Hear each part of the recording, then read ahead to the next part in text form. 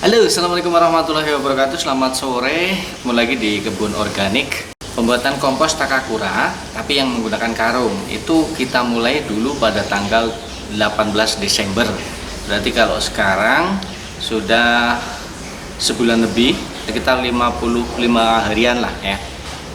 Pemasukan bahan pertama itu dulu 18 Desember, kemudian bahan selanjutnya disusulkan mungkin seminggu kemudian, terus berulang, dan terakhir kalau nggak salah itu pemasukan pada tanggal 5 Januari 2019. Nah sekarang tanggal 3 Februari, berarti sudah hampir 1 bulan dari pemasukan bahan terakhir. Kita akan cek seperti apa hasilnya setelah 1 bulan.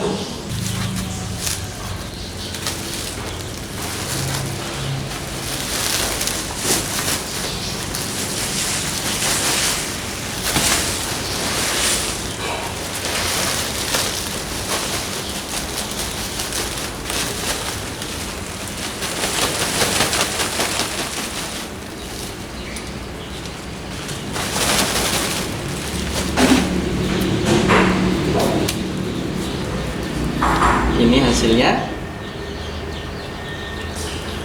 ya, ini sih tercampur dengan kompos awal ya, tanah ya, jadi sepertinya banyak sekali. Tapi kalau bahan asli pembuatan komposnya itu sedikit kalau udah jadi kompos sih, karena menyusutnya banyak sekali.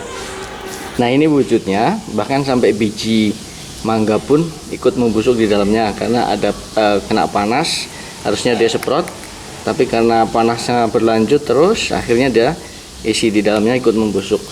Daun-daun ini kalau yang teksturnya kasar, daun-daun seperti ini udah cuma menghitam, tapi belum begitu hancur ya. Ini daun mangga, tapi sudah remah, Jadi nanti kalau aplikasi, ini udah dingin, aplikasi ke tanaman itu, ke media tanam udah bagus. Ini udah dingin. Jadi dulu itu bahannya termasuk ada nasi, kita masukkan ke sini banyak lah pokoknya. Jadi kalau yang biji ini masih utuh, tapi kalau yang nasi sayur itu udah pada hancur. Ini daun apa tisu? Oh, ini daun pisang. Daun pisang juga udah mulai bisa dihancurkan. Ini ya kalau yang bahan-bahan lunak. Tapi kalau kulit cangkang telur ini susah, memang bisa 2 tahun nggak hancur kalau cangkang telur, kecuali dijemur kemudian digiling supaya jadi tepung. Kalau ini keras memang. Nah, ada satu hal yang menarik, dulu udah pernah kita sampaikan. Ketika kita membuat kompos fermentasi, itu biasanya selalu akan dihinggapi oleh BASF. Nah, termasuk ini adalah pupa BASF tapi yang sudah menetas, jadi udah bolong, ini udah menetas. Jadi banyak sekali. Ya ini belum menetas, banyak sekali. Jadi memang BASF itu suka pada bahan-bahan yang fermentasi, suka terhadap bahan-bahan yang sedang difermentasi. Ini dia bergerak di dalamnya. Ini kan bergerak dia. Ini adalah prepupa yang nanti bentar lagi jadi pupa dan siap menetas. Sudah banyak yang menetas sih. Ini udah bolong. Kalau udah bolong begini berarti udah menetas dia. Tapi yang ini pupa, masih maggot. Kalau prepupa udah mulai itu. Jadi terbantu juga. Jadi kalau fermentasi ada timbul maggot seperti itu, tidak usah khawatir, karena maggot juga merupakan fermentor ya. Jadi membantu mempercepat proses fermentasi juga. Ini maggot. Ini bahkan kita pernah dari sampah itu memasukkan sisa ikan, ayam ya, tinggal tulangnya saja, bersih. Ini bersih, tinggal tulangnya saja. Ya. Jadi apalah limbah dari dapur semua itu kita masukkan. Ini banyak sekali kita kumpulkan nanti supaya bisa menetas menjadi BASF. Nah selanjutnya ini sebenarnya sudah bisa kita pakai. Kebetulan kita juga punya semayan cabai yang ada beberapa yang sudah siap untuk dipindahkan ke media tanam, ke polybag pot ataupun langsung ke tanah. Ini bisa kita gunakan. Akan tetapi karena di dalamnya banyak prepupa dan pupa BSF, maka sebelum kita pakai, kita akan letakkan dulu di tempat yang teduh di kebun, bukan di tanah, nanti dikasih alas ini karung, supaya pupanya itu menetas dari BSF. Itu ada hasil sampingan dari kita membuat kompos, itu adalah BSF-nya. Nanti kita biarkan saja mungkin 1 minggu atau 2 minggu supaya menetas, sehingga BSF-nya nanti bisa terbang, tapi tetap dia berada di areal kebun kita. Karena BSF itu tetap butuh air dan butuh tanaman, jadi dia tetap akan terbang tapi di areal kebun, tidak akan pergi jauh. Apalagi nanti di sekitar situ kita lakukan fermentasi atau pembuatan kompos lagi, baik menggunakan karung maupun menggunakan ember, sehingga BSF-nya tetap akan betah di situ dan dia akan hinggap dan bertelur lagi di ember atau karung tersebut. Sehingga lama-lama di kebun kita akan banyak sekali BSF. Karena BSF umurnya itu sebentar sih, paling 1-2 minggu. Maka kita biarkan saja, nanti lama-lama akan menjadi banyak. Setelah banyak, kita tinggal mengumpulkan saja. Jadi kita tidak memelihara BSF secara intensif yang menggunakan kandang ya, tapi biarkan liar, tapi kita sediakan makanannya, nanti dia bertelur di situ, kemudian jadi maggot. Nah, maggotnya yang bisa kita ambil, kalau sudah banyak nanti maggotnya kita ambil untuk kasih makan ayam ya, seperti itu.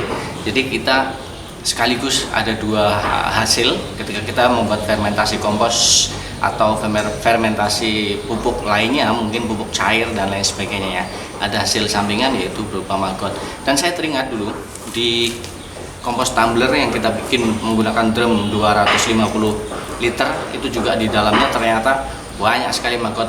Namun pada saat itu kita belum sadar bahwa maggot itu bermanfaat untuk ternak ayam. Jadi pada saat itu kita tutup lagi, biarkan mati di dalam.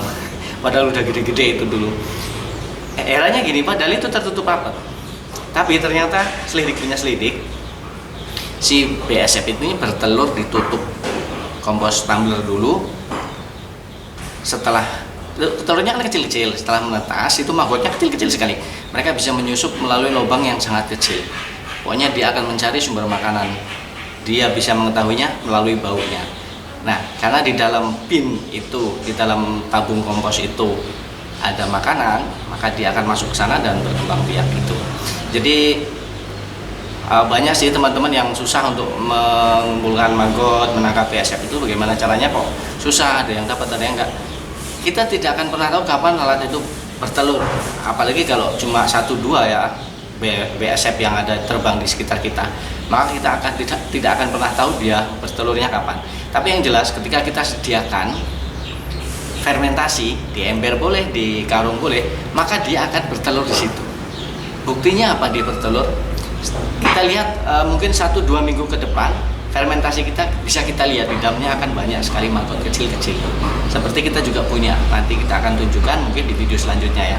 Yang jelas intinya ini pembuatan kompos Takakura tapi menggunakan karung sudah selesai, ditandai dengan sudah dingin bahan bakunya, dicium juga sudah bau tanah, benar-benar bau tanah. Maka ini sudah bisa diaplikasikan. Waktunya berapa? Waktunya 1 bulan setelah pemasukan bahan yang terakhir. Kalau kita memasukkannya sekaligus, maka 1 bulan mendatang mungkin bisa jadi ya.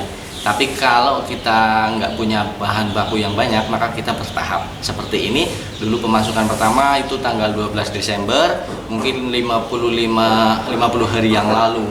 Jadi sebulan lebih, tetapi pemasukan bahan terakhir adalah 5 Januari ya masa itu, sehingga sampai hari ini udah 1 bulan, hampir 1 bulan ya, anggap saja 1 bulan ini sudah jadi dan sudah bisa dipakai. Intinya seperti itu, pembuatan kompos Takakura memakan waktu 1 bulan sudah jadi.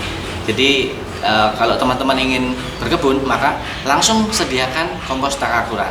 Bisa menggunakan keranjang Takakura untuk keranjang biasanya untuk tempat pakaian kotor, atau menggunakan karung saja yang gampang. Kemudian tanah, itu saja, tidak ada yang lain. Tanah dan karung. Kemudian bahan-bahan pembuatnya yang dari dapur, tentunya yang organik ya.